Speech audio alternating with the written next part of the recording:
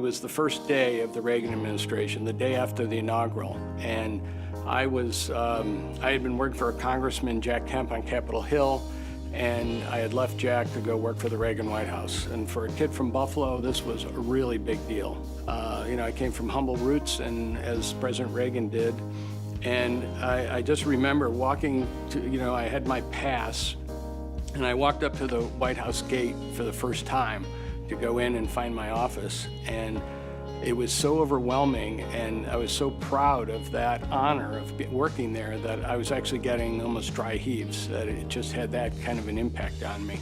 In 1984, I was leaving on a trip to India, and before I left, I had been working on a special project for the president. So I'd written a memo to him explaining where we were and what our progress was. I'm in India, it's midnight. I wasn't even in my own room, and the White House operators are calling the room that I happen to be in. So I talked to the president, and he said, I was just checking on the project we had talked about, and I said, oh, Mr. President, I had sent a memo to you, but I guess it hadn't made its way to you. It'd probably be there tomorrow. And he said, well, where are you anyway? And I said, well, I'm in India. And he said, oh, well, what time is it? And I said, well, it's midnight. And he said, gee, I'm so sorry to wake you. And he was very deferential that way. And I said, well, actually, you didn't. We just got back. And he said, well, I'm really sorry to bother you, and I hope you enjoy the rest of your trip. So fast forwarding, that was 1984. And I don't think anyone else in the whole government, or the whole White House even knew about that call, except the operators, the president, and myself.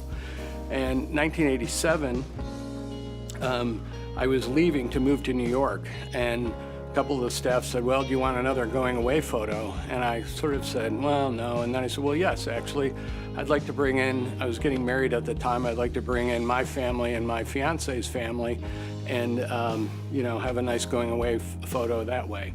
So the staff said, sure, we'll set it up. And so sure enough, everybody comes. We probably had close to 10 people, and the president was fantastic. He spent a lot of time with us, gave everybody a gift. And we talked, I said some thank you remarks, and what was amazing is I was walking out, he said, Michael, before you go, and I said, yes, Mr. President. He said, remember that time I woke you up in India? And I just stopped and was, 3 years later, with all that's on his mind, that he was able to remember that one phone call, from quite a while ago. So that was just one of the great stories that I like to tell about him. And to work for Ronald Reagan was so special. He was a unique, very unique man, and the sun shone on him, and history, most presidents fade into the sunset. With him, he just keeps getting bigger and bigger every day.